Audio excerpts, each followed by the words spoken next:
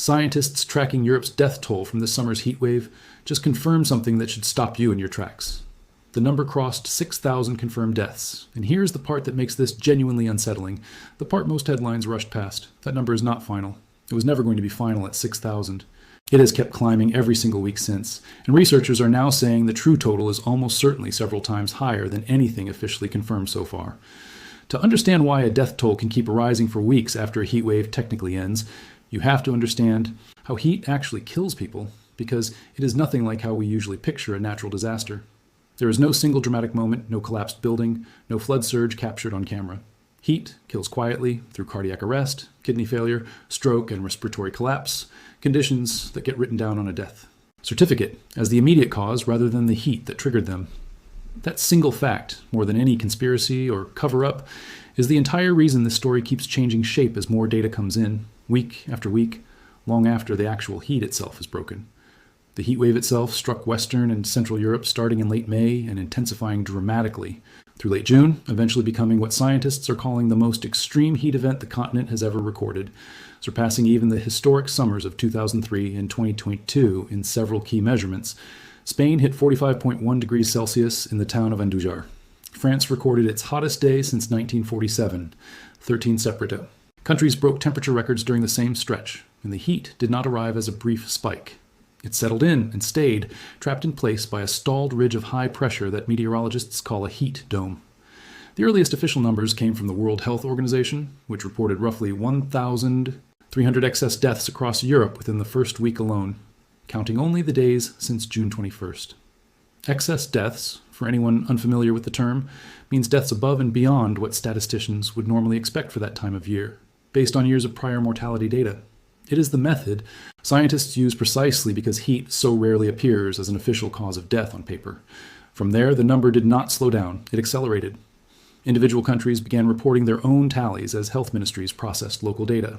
France confirmed just over 2,000 deaths. Germany's confirmed toll climbed past 5,000 on its own. Belgium reported close to 1,800. Spain and the Netherlands added several hundred more between them. Add those national totals together, and Europe's officially confirmed heat death toll had already crossed 10,000 within about 2 weeks of the heat wave's peak. It is worth pausing on just how unevenly this toll has landed across the continent, because the pattern itself tells you something important. Germany's number alone accounts for roughly half of the entire confirmed continental total, despite Germany not being anywhere near the hottest country during this event. That imbalance traces back partly to population size. Germany simply has more people than smaller nations like Belgium or the Netherlands, but it also traces back to something scientists have flagged repeatedly, an aging population living in housing that was never designed with extreme heat in mind. The countries posting the highest death tolls are consistently the ones combining large elderly populations with older housing stock, not necessarily the ones registering the single highest temperature on a thermometer. And that confirmed number was still just the visible tip of something much larger. A dedicated European mortality monitoring network, backed jointly by the World Health Organization and the European Center for Disease Prevention and Control, tracks excess mortality across 27 countries using a more comprehensive statistical method than individual country press releases can capture.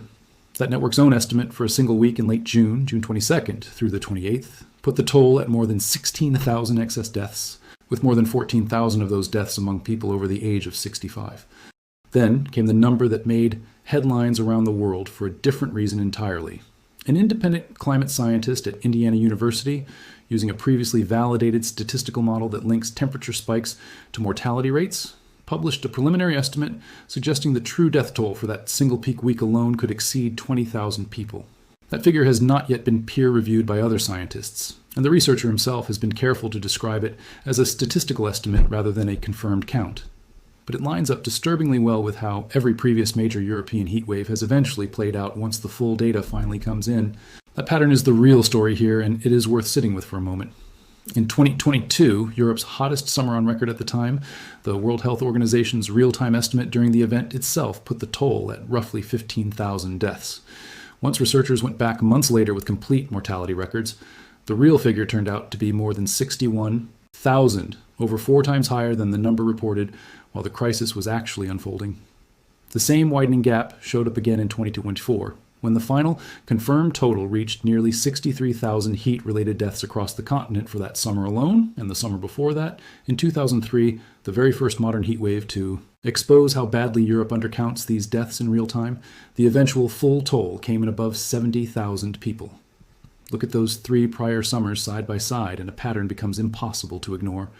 Every single time, the number reported, while the disaster is actively unfolding, turns out to be a fraction of what researchers eventually confirm once the complete data finally comes in months later. Not a small undercount either, but routinely 3, 4, sometimes nearly 5 times higher than the live estimate. If this year holds to that same ratio, a confirmed total of 6,000 in early July, or even the 16,000 tracked by the Joint Monitoring Network for a single peak week, could be describing only a fraction of the summer's eventual full toll. If this year follows anything close to that same pattern, and researchers studying the current numbers say there is no reason to expect otherwise, the 6,000 figure that made headlines in early July, and even the 10,000 and 16,000 figures that followed it, could all end up looking like early dramatic undercounts once the dust settles months from now. So why does it take so long to know the real number? Part of it comes down to simple bureaucracy. Death certificates take weeks or months to process, get coded, and get compiled into national statistics. But a bigger part of it comes down to how genuinely difficult it is to separate a heat death from an ordinary one. An 80-year-old with existing heart disease who dies during a heat wave gets recorded as a cardiac death, full stop. Unless a statistician later goes back and calculates how many extra cardiac deaths happened that week compared to a normal week without extreme heat. Multiply that single calculation across every hospital, every region, and every country in Europe, and you start to understand why the real number takes so long to surface. The people dying in these numbers are overwhelmingly not random. Age is the single biggest risk factor by a wide margin, which is exactly why more than 14,000 of the 16,000 excess deaths tracked in that one peak week were people over 65. The body's ability to regulate its own internal temperature weakens significantly with age, and that decline compounds with existing conditions like heart disease, diabetes, and kidney disease that already strain the same physiological systems heat pushes to their limit. Younger, healthier bodies sweat efficiently and recover overnight.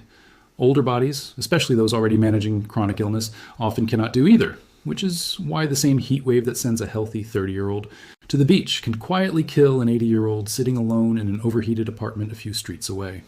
There is also a geographic and structural pattern behind who survives a heat wave like this and who doesn't, and it has almost nothing to do with which country gets the hottest. Much of Northern and Western Europe built its housing stock specifically to retain heat, because for most of the 20th century, the bigger seasonal threat was winter cold, not summer heat. Air conditioning, standard in hot climates elsewhere in the world, remains far less common. Across large parts of Europe, which means the exact homes designed to trap warmth in January are now trapping it in June and July as well, turning ordinary apartments into slow, quiet hazards during extended heat events.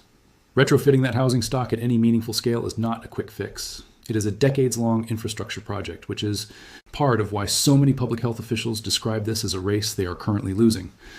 The World Health Organization's regional director for Europe has been blunt about the scale of what climate change has already done to these odds. Heat waves with this intensity, the kind that used to be described as once in 300-year events, are now happening more often than once a decade, roughly 30 times more likely than they would have been without the warming humanity has already caused. That is not a projection about some distant future. That is a description of the world Europe is already living in this summer. Attribution scientists who specialize in calculating exactly how much of an individual extreme weather event traces back to human-caused warming reached a similarly stark conclusion about this specific heat wave. Temperatures like the ones recorded this June would have been virtually impossible to occur at all in 1976, one of the reference years scientists use for comparison, and would have remained extremely rare as recently as the early 2000s. Nighttime. Temperatures during this event, arguably the most dangerous factor of all because they prevent the body from ever cooling down and recovering, were found to be more than 100 times less likely to occur back in 2003 than they are today. Researchers involved in that analysis described extreme heat as already pushing past the limits of what European infrastructure and emergency response systems were ever designed to handle. A warning meant less for this single summer and more for every summer still to come. If you want to understand exactly how these death tolls keep climbing weeks after the headlines move on, make sure you like and subscribe, because this channel breaks down exactly what the data shows before the official numbers catch up to reality. So where does this actually leave us right now, with the confirmed number sitting somewhere north of 6,000, unofficial monitoring networks already reporting well over 16,000, and a preliminary model suggesting more than 20,000 deaths in a single week alone. The honest answer is that nobody currently knows the true final number, and based on every previous European heatwave scientists have fully studied after the fact, it will likely take months before anyone does. What researchers do know, with far more certainty than the exact death count, is the direction this number moves every single time more. Complete data finally arrives. It goes up, not down, and it has done exactly that after every major heatwave Europe has experienced in the last 2 decades. This summer, by every early indication, is on track to follow that same pattern, and quite possibly to become the deadliest entry in that entire grim record so far. There is one more layer to this that researchers keep raising, and it goes beyond any single summer's body count. Countries hit hardest by the 2003 heat wave, France especially, spent the following 2 decades building out national heat prevention plans, early warning systems, and cooling centers specifically designed to prevent a repeat of that disaster. Those systems clearly help, but the scientists studying this year's numbers are increasingly blunt. That adaptation efforts built for the climate of 20 years ago are struggling to keep pace with a climate that keeps moving the goalposts higher, year after year, summer after summer, faster than infrastructure and public health systems can realistically retrofit around it.